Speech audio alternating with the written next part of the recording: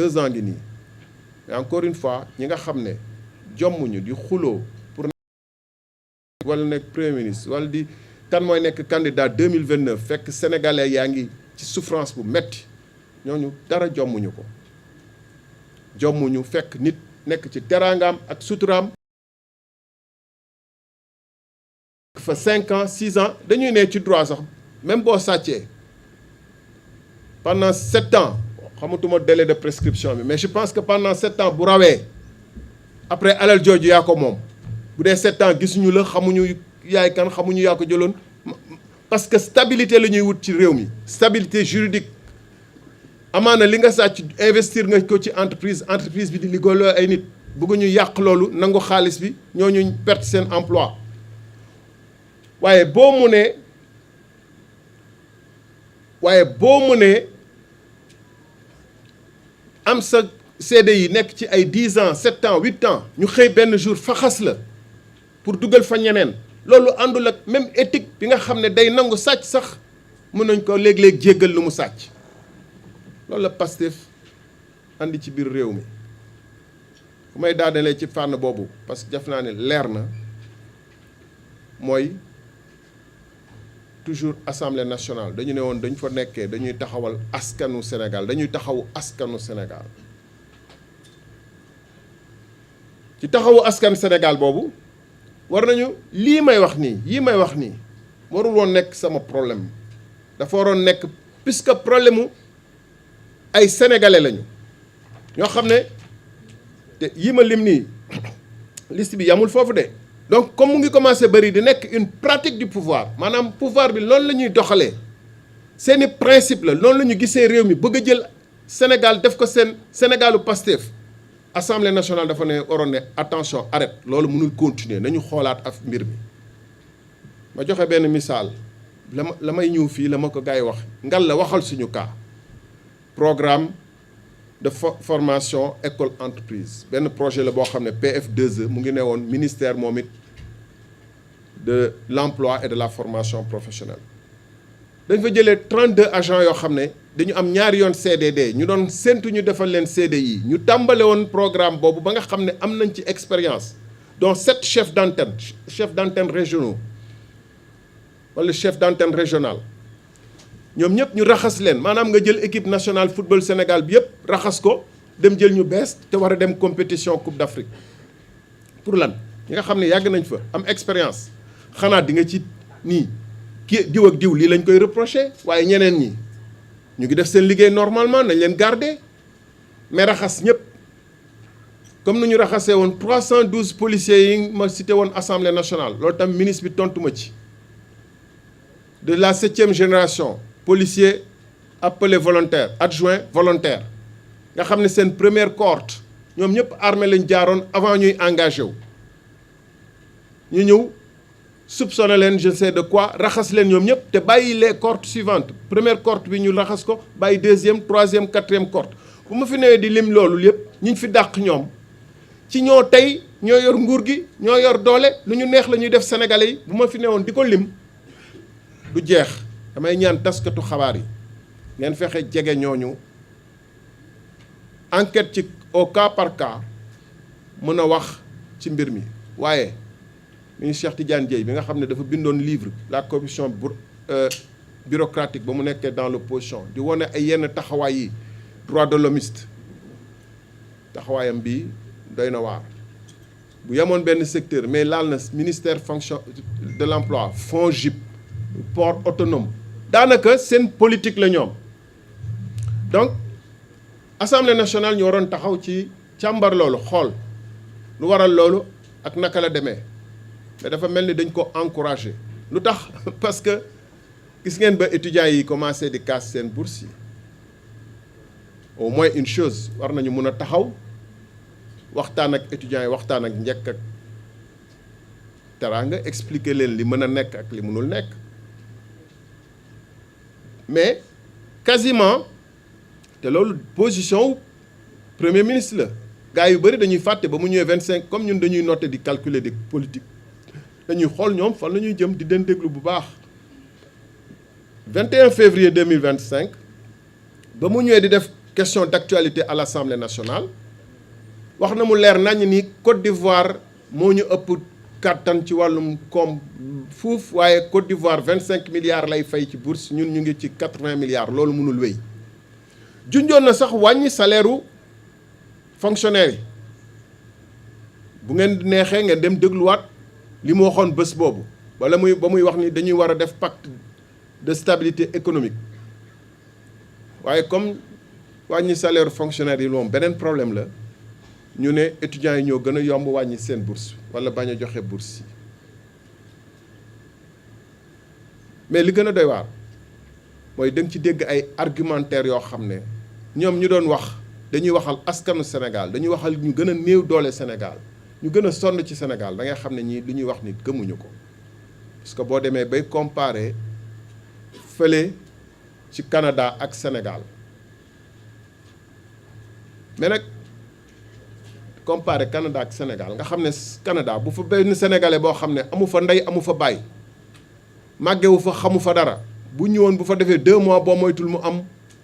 xëy boo xam ne dina ci mën a fay néegam di ci fay peut-être njàngam wala au moins lu muy lekk yow nga juddoo Sénégal màggee fi sa juróom-ñaari maam nekk fi nga am fi ay raison xam ñëpp munoo fi boo amee diplôme munoo am stage nga nekk journaliste munoo am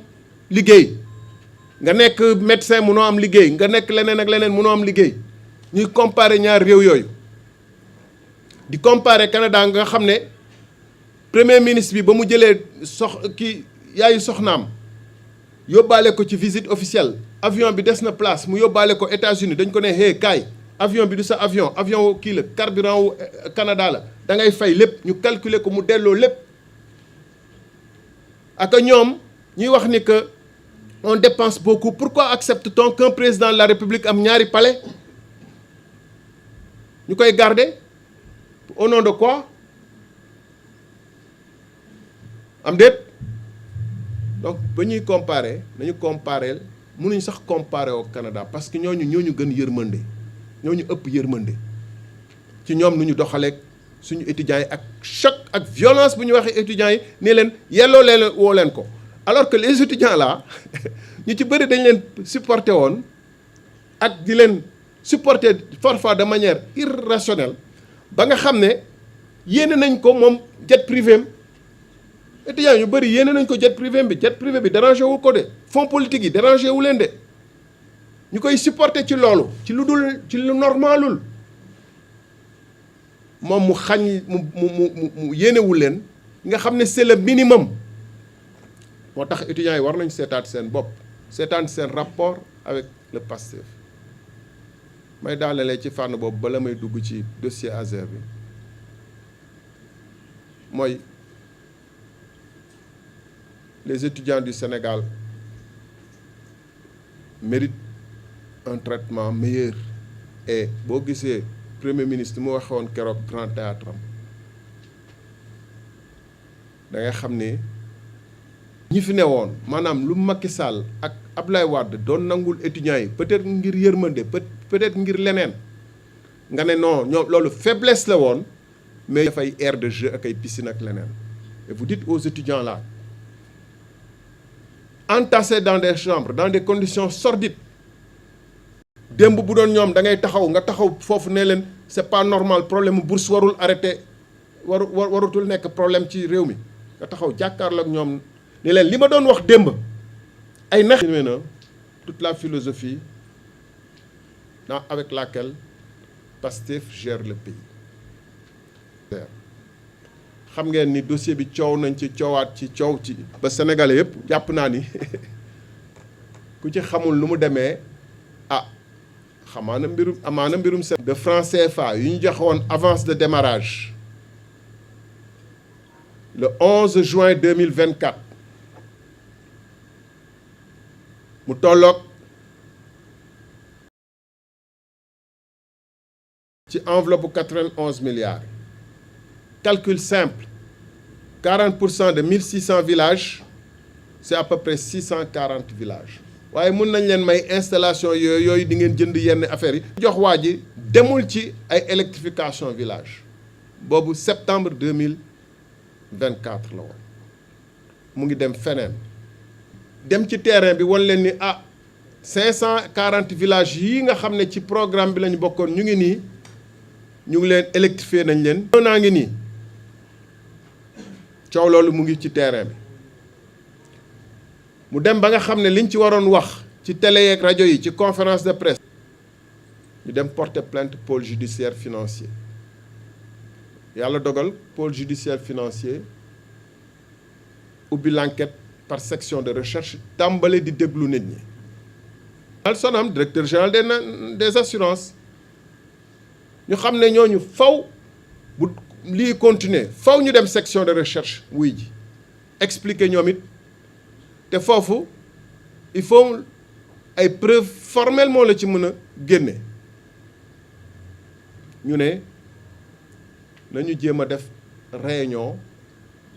ak bailleur espagnol yi ngir mun a am foofu benn déclaration walla ay photo yoo xam ne amaana dina tax waa section de recherche ak enquêteurs yi gëm ni que projet bi amul benn problème comme ñu ngi toog ak bailleurs yi di waxtaan amaana waxtaan yi dina gën a wéyal projet bi moo taxoon ñoom ñu def benn tukki Espagne pour daje fa bailleurs yi may saluer nag jàmbaaru RV yi nga xam ne ñoo nekk Europe Espagne France Belgique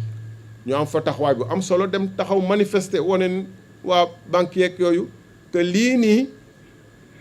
écran de fumée la rek pour perturber enquête ba am bi wéy Sénégal actuellement. Finalement rencontre bi mujjul antu loolu rek képp kuy xalaat képp kuy réfléchir war na xam ne lii am na lu mu tekki jël billet d'avion dem ba foofa war a dajeek say bailleur mujjiwuñ la dalal ndax ñoom lu ñuy xaar mooy la ñu bind boobu ba léegi mooy andi leen ñu firnde que xaalis bi nga xam ne ñun yëg nañu xam nañu demul ci projet bi andil leen ñu firnde que li ñuy wax nekkul que projet baa ngi avancé que xaalis bi ñu ngi koy dugal ci électrification village buntu boobu tëju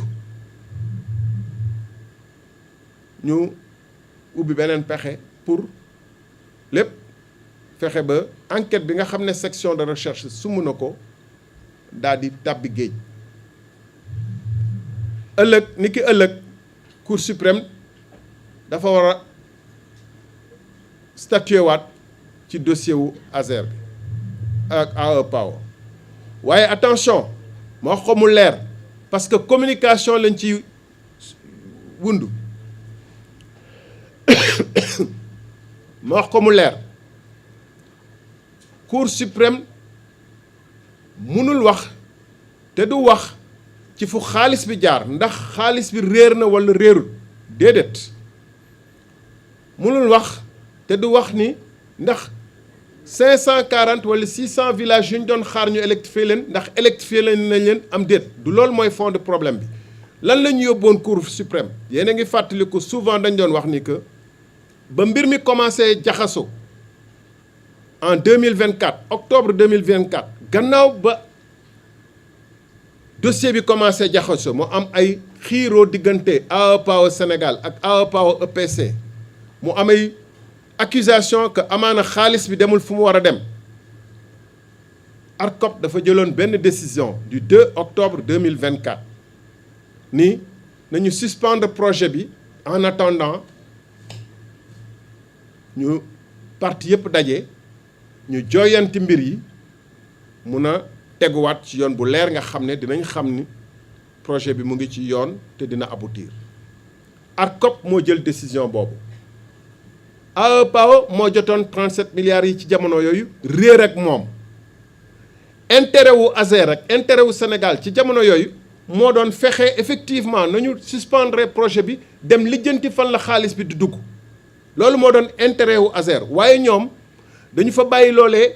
dañ leen ne seen xaalis am na ab waay boo xam ne amaana mu ngi réer ak moom ñu bàyyi fa loolu ne waa ji seen yoon newu ci bàyyi leen ñoo suñu projet même bu dee dafa yóbbu xaalis bi ñu dem Cour suprême def fa lu ñuy wax référé suspension annulation ñu def fa référé suspension annulation Cour suprême fii dinaa dugg ci yenn détails mais dafa am solo lool Cour suprême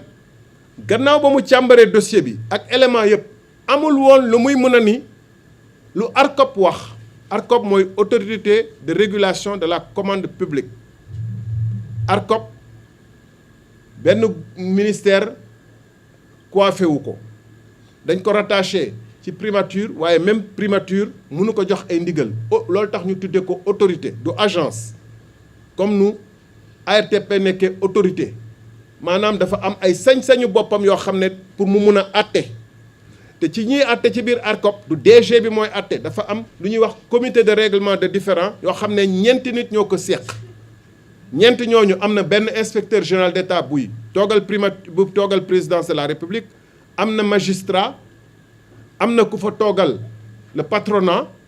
am na ku fa toogal patronat secteur privé bi am na ku fa toogal it société civile xam nga ñooñu donc dañu libre te du administration bi ñoo leen décider te lu ñu décider loolu la ñu war a exécuter sauf boo demee def recours auprès de la Cour suprême donc dañ doon séntu AEPAO def recours auprès de la Cour suprême ndax moom la ñu ni dañu taxawal marché bi ba nga jox ñu ay exemple te ki nar a perte bu fekkee ne marché bi am na problème c'est ASER et l'État du Sénégal donc séntuwuñu ASER ak État du Sénégal di dem di def recours te ñoom ñoo dem def recours requête en suspension arrêté nañu décision wu ARCOP bi nañ ko annuler nañ ko suspendre annuler ko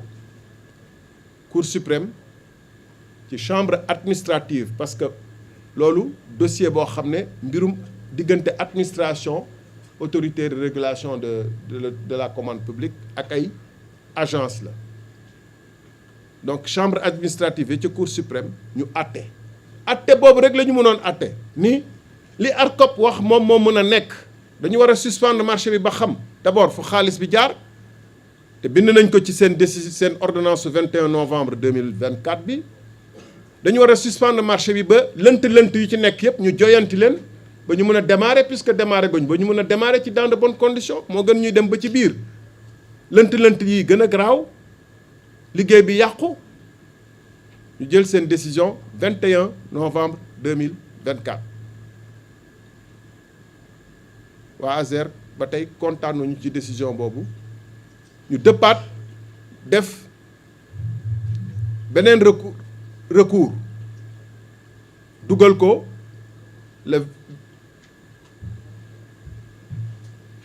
ci recours boobu Cour suprême changé ci taxawaayam foofu nag moo am intéressant te moo lëkkaloog li ma nar a wax lii Cour suprême changé ci taxawaayam lu tax ñu changé taxawaayam parce que diggante gi Sénégal dañu invité Banque Santander ak CSC mooy agence espagnole buy garantir crédit à l'exportation maanaam nañu wax bailleurs yi rek dañu invité bailleurs espagnol yi nañ ñëw fii Dakar ñu waxtaan ñu dajeek secrétaire général du gouvernement ci décembre 2024 ñu séq ay waxtaan ci biir waxtaan yooyu espagnol yi ne leen la ñu dakkal financement bi dañ koy continuer ba am ay réponses yu leer ci fan la xaalis bi dugg ba aussi lënt yi nga xam ne dafa nekk ci projet bi maanaam ñi nga xam ne ñoom ñoo ko seqoon avant te AEPAO Sénégal bokk ci te moom moo ñu présenté ñun keneen ki beneen partie espagnol bi te ñu yàgg def ak moom fii ci Sénégal ak Afrique te amuñu woon moom benn problème lu tax ñu daal di koy faxas génne ko ci dossier boo xam ne moom moo ko sumb ñu ne yooyu yëpp bu ñu ko leeralul ñun dañuy suspendre waaye ci biir lettre bi bu njëkkaan dañ doon ne dañuy suspendre les financements bii dañu changer kàddu yi ne suspendre décaissement loolu mooy élément nouveau bi nga xam ne moo tax ñu yóbbuwaat àtte bi ci Cour suprême est-ce que yéen a ngi suivre ñu yóbbuwaat àtte bi ci Cour suprême bi yoon président bi diggante bi changé na wax ma lii moo tax ñu changé mais président Cour suprême changé na mu jël président bu bees bi jël dossier bi daal di koy dénk lu ñuy wax chambre des civils et commerciales alors que normalement dossier bi ni mel ci li ñu xam ci Cour suprême la fa yàgg a am borom xam-xam yi laaj naa leen ni leen ndax mës na am cas bu mel nii ñu jël dossier boo xam ne normalement chambre administrative moo ko war a yor ñu jox ko beneen chambre muy chambre civile commerciale ñu ne ah mënuñu wax ni guléet la de waaye fàttaliwuñu cas bu mel nii bu mu amee. waa chambre des affaires civiles benn juge bu nekk chambre des affaires civiles et commerciales daal di nulal décision wu ordonnance su cour suprême du 21 novembre bi ni nañu dindi suspension marché bi nga xam ne ARCOP loolu la décidé maanaam cour suprême rétracté wu par rapport à propre àtteem ci yoo xam ne fondamentaux yi maanaam fond wu dossier bi dara changé wu ci te décision boobu mu jël tamit taxul financement yi continuer maanaam ba tey jii nii boobu mu jël décision boobu le 21 février 2025 ba tey 15 benn pequeño espagnol dugg fi benn euro espagnol dugg fi boobu ba léegi gars yi espagnol yaa ngi xaar marché baa ngi taxaw donc bu ñu demee Espagne di invité espagnol yi fii nañu ñëw pour waxtaan ak ñoom c'était peut-être pour amaat les mêmes éléments yi ñu amoon ba mun a ne am na élément nouveau présenté ko Cour suprême ci naka noonu la donc demee Cour suprême war a ne maintenant dañuy prononcé wu sur le fond ci requête bi nga xam ne pourvoi bi nga xam ne moom la Azer dugaloon pouvoir bi dafa amoon ay pàcc yu bëri bii bu ñuy àtte sur le fond pour excès de pouvoir la waaye ba tey boroom xam-xam yépp barki démb ba léegi maa ngi ciy laaj ay ñoo xam ne seen xam-xam dafa màcc ñii di avocat ñii di ay professeur d'université droit public constitutionnaliste laajte naa fu ne nee nañ ma normalement dossier bi chambre des affaires administratives moo ko waroon yor waaw lu tax ñu yóbbu ko ci chambre des affaires ndax loolu nag laajte la en tant que contribuable justiciable sëgam premier ministre moo sañ a taxaw di diingat cour suprême ñu nag duñu yegg te duñu junj te suñu juróom-ñaari xel mayu ñu wax li mu wax li mooy mbirum corruption yooyu xalaatuñu ko waaye sañ nañ laaj lu tax ñu bëgg benn juge ba nga xam ne moom yoonam warul nekk normalement ci dossier boobu àtte ko ndax ñële dañ ci am déjà position boo xam ne dafa leer nañ te loolu mooy position bu méngoog li dossier bi joxe maanaam yow réer nga ak suñu xaalis xuloo nga ak ñi nga séqaloon mbir mi yëpp te projet bi dugaloo ci dërëm ba fii ñuy wax ni PAO du EPC mooy espagnol bi dugaluguñ ci dërëm au contraire moo yóbbu suñu 37 milliards expliqué nañu plusieurs fois problème prime yeeg yooyu yëpp ak lu xew lépp benn àtte moo waroon mën a nekk mooy saawaay espagnol bi cour suprême bu fekkente ni 37 milliards yu réer yi ci Sénégal la réeree village yu ñu waroon électrifier ay villages yu sénégalais lañu ñu nekk ci njàqare fekkee ni ñu ngi Sénégal gii yëg li xew yépp ci dossier bi xam ne 37 milliards réer na waruñu mën a ni nañu bàyyi waaj yi nañu bàyyi espagnol bi mu wéyal marché parce que marché amatu fi wéyal amatu fi doxalul dara 1 an depuis sa décision de 21 novembre 2024 de 21 février 2024 près d'1 an gis nañu que espagnol bi est-ce que mu ngi Sénégal sax est-ce que tegaat na tànkam depuis lors Sénégal est-ce que sañ na sax teg tànkam Sénégal fi mu toll bu ñu naree àtte ni kooku na wéyal lan wéyal yóbbu suñu xaalis wéyal réer rek suñu xaalis ñu ngi xaar Cour suprême lan la nar a wax ci loolu ba ñu xam waaye ku wéyeeg suñu xaalis 1 an bu fekkee ne dañu nar a jël décision pour nekkoon na continuer di wéy ci loolu sañ nañu laaj ndax justice su Sénégal intérêt yu Sénégal ak dëggu Sénégal lay surveiller ñu ngi déglu nag Cour suprême demain waaye quel que soit ce qu'elle décidera quel que soit ce qu'elle décidera je suis convaincu que banque espagnole yi du ñu joxe dërëm pour projet bi continuer tant que waxuñu leen fan la 37 milliards yi jaar et yàgg naa ko wax lan moo doon nar a nekk problème mu justice su Sénégal mu àtte ne mbir mi dafa ñuul ñépp xam ne mbir mi dafa weex te bu àtte ne mbir mi dafa ñuul fekk dafa weex ñun dinañ dem Espagne porter fa plainte bi yoon bëgguñu ko nag bëgguñu jël dossier boo xam ne Sénégal la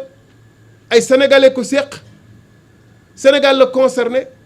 ay village yu Sénégal la Sénégal moo nar a fay xaalis bi ñu koy yóbbu Espagne waaye buñ ñu naree foowee ci dossier bi dinañ ko yóbbu foofa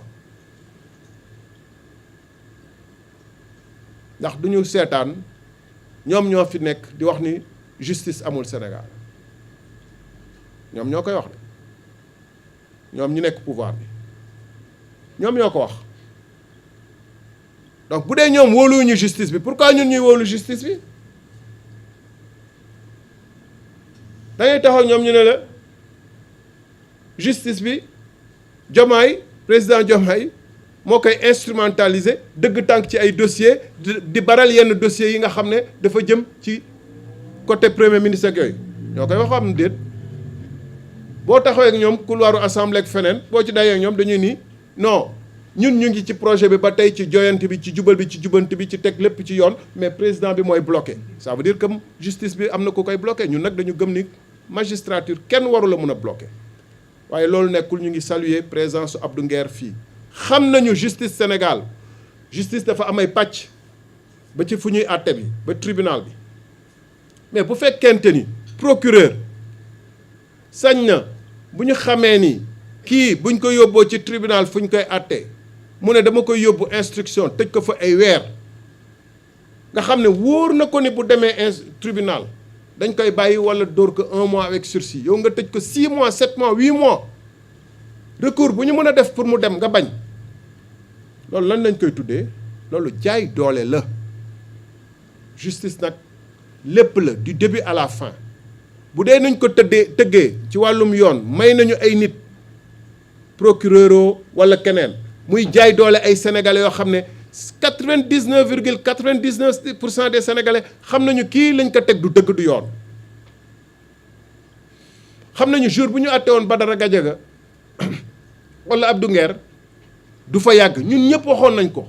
yow xamoon nañu ni que bu taxawee devant le procureur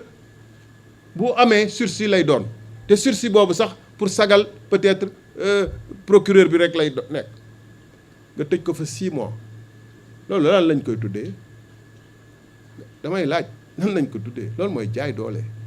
te ñoom fa ñu gënoon teg seen tànk dañu neen Macky Sall day utiliser justice bi di jaay doole sénégalais yi donc sénégalais yi am nañu droit résister loolu lañ doon wax ñoom nag waxuñu fi ay résister dañu ne nañu joyanti justice bi pendant qu'il est temps justice mooy dernier rempart justice ñoom ñooy dernier rempart lu tax ñoom ñu tuddee leen dernier rempart mooy bu fekkente ni doxaluñu justice te loolu day am day am amul lenn lu parfait lu doomu aadama di def ñoom dañ fi daan taxaw dina justice bi ne woon du justice gis nañ ay réew yoo xam ne justice du justice te day am bu justice bi nag l'ensemble de la magistrature depuis procureur ba juge d'instruction ba tribunal ba cour suprême benn pàcc bu ci dëng rek feebar ci justice bi yëpp feebar na surtout bu dee pàcc boo xam ne moom moo nekk ci entrée bi mooy procureur ak juge d'instruction bu ñu la sañee tag lu leen neex moom laa wax assemblée nationale keroog ministre de la justice maire mais moom mooy dëgg Gondwana bi nga xam ne Mamane da koy wax di wax président fondateur nga xam ne c'est un pays de rêve un pays fictif qui désigne le prototype d'un pays africain boo xam ne dara doxu fa normal lu neex président ak premier ministre ak yooyu rek ñoo fay am ma ne Gondwana sax ministre de la justice bi wala justice bi sañul jàpp un présumé corrompu bàyyi présumé corrupteur bi man bu may wax ci mbirum Farba Ngom bu ma neexoon ne sama yoon newu ci waaye fépp fu ñuy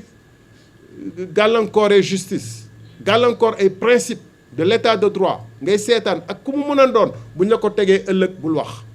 moo tax képp ku nekk victime ak ku mu mënta doon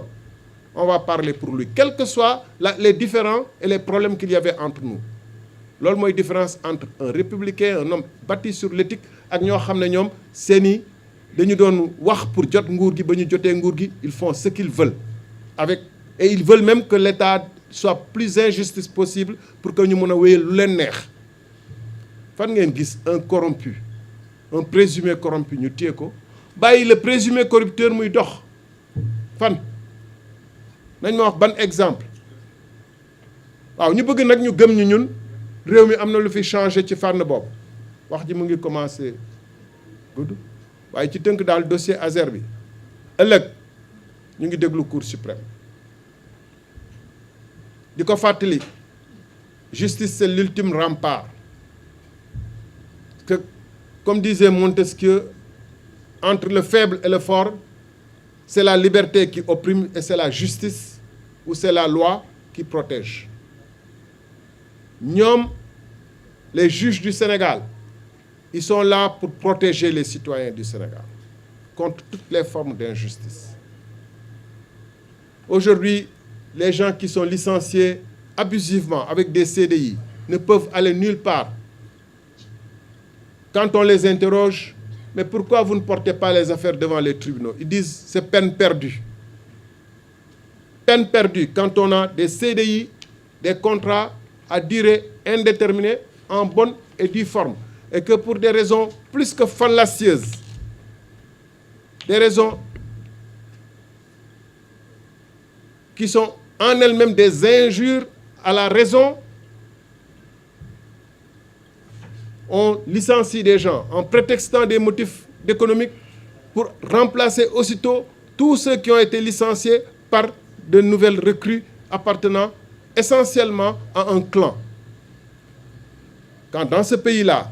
les citoyens ont tellement perdu confiance en la justice de leur pays qu'ils se résignent. Des familles disloquées, moi j'en connais, j'en ai parlé avec beaucoup. Ça devient même difficile d'absorber toutes ces informations et tous ces chocs que les gens vous disent. Nous avons perdu nos épouses, elles sont rentrées au village, nos enfants ne fréquentent plus l'école parce qu'on n'a plus de quoi payer, on a des arriérés de loyer. Une vie plus effroyable que celle de quelqu'un qui a toujours été au chômage. De quelqu'un qui a toujours été au chômage, qui n'a jamais eu à avoir à gérer un appartement à payer, à pouvoir payer les frais d'inscription de ses enfants, à tenir sa vie normalement, quoi. Et par dizaines, par centaines, par milliers, on licencie ces gens au point où aujourd'hui, dans beaucoup d'entreprises, les gens n'osent plus afficher leur couleur politique de peur qu'on puisse les virer. Est-ce que ça, c'est le pays que Pastef nous avait promis? Et donc, mesdames, messieurs, au bout de 2 ans, le moment est venu